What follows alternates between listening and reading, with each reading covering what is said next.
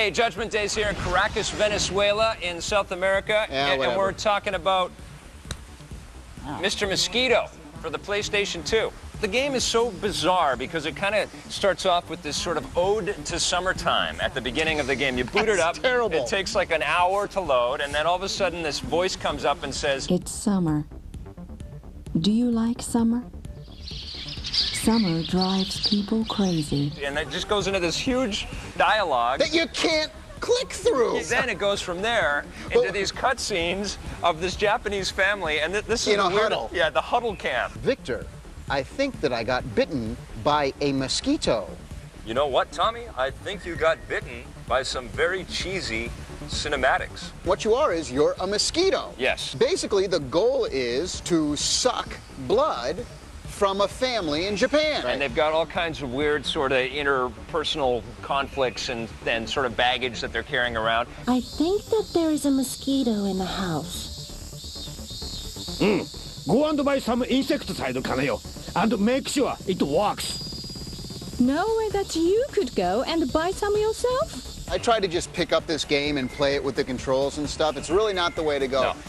Read a couple of pages of the manual. It's not long. Read a few pages about the controls and how it works. It's kind of deceptive because you look at the box art and you go, wow, this is just like a little mosquito kind of platform game or something. And you hop in and then all of a sudden you realize it's sort of like a flight simulation because you've got acceleration and deceleration. And you can go backwards, forwards, you have yaw. You know, it's like and a targeting system. And a targeting system is exactly. really cool because you get these little points on the humans that you have to go and hit.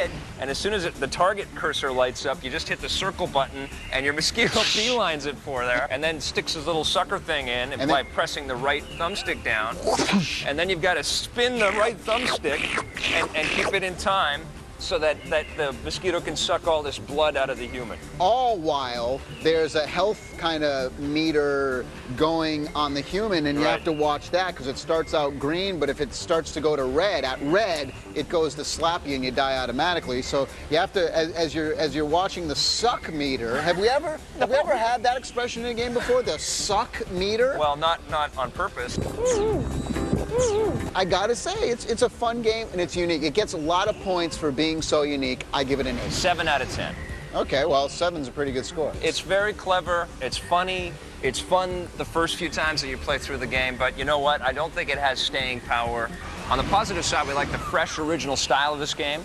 We like the clever touches like the arena in the bathtub level, and the controls were very appropriate for this kind of gameplay.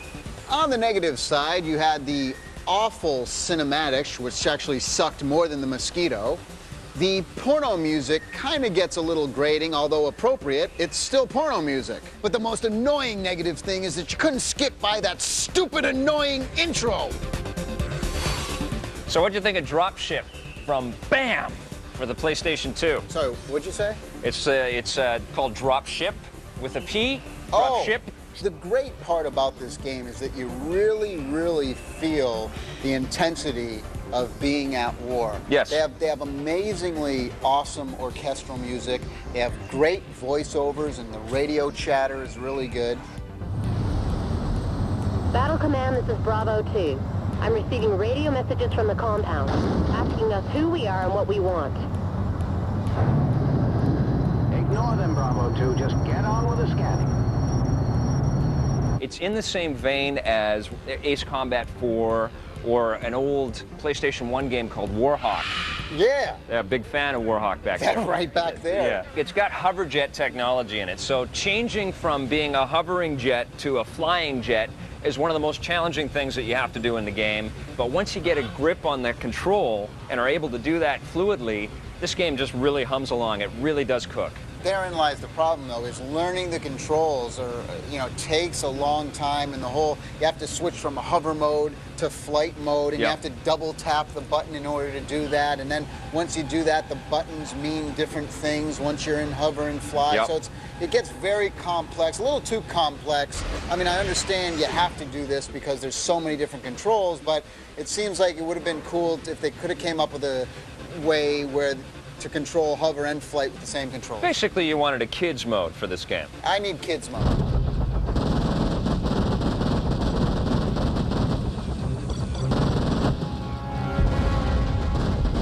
not only do you get the big drop ships, but you also get some little tighter fighter jets that can zip around a lot quicker.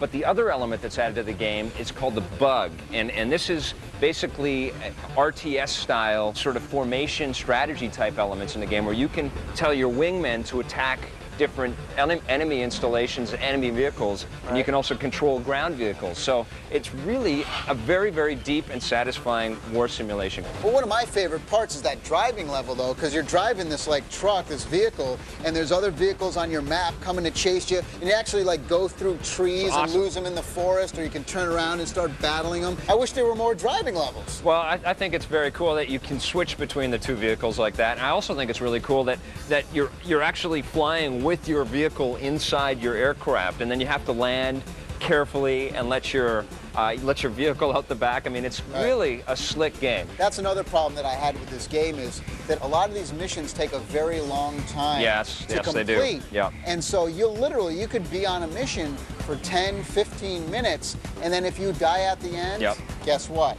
You have to start again. All over. If you're looking for like an arcade, air combat kind of thing, no, it's not like that. It's more, but it has those elements in if you like that kind of game, I think you're really going to enjoy Dropship. I love this game. I thought it was a very, very cool game. I love the whole presentation of the game. I love the orchestral music. I love the cinematics that take you into the story. I liked the detail of the story as well, because it really gives you a sense that the developers, I mean, they've been reading the headlines. They know what's going on out there, and this sort of stays true to a lot of that stuff. And you play a part of this peacekeeping force, and you've got some tough work ahead of you.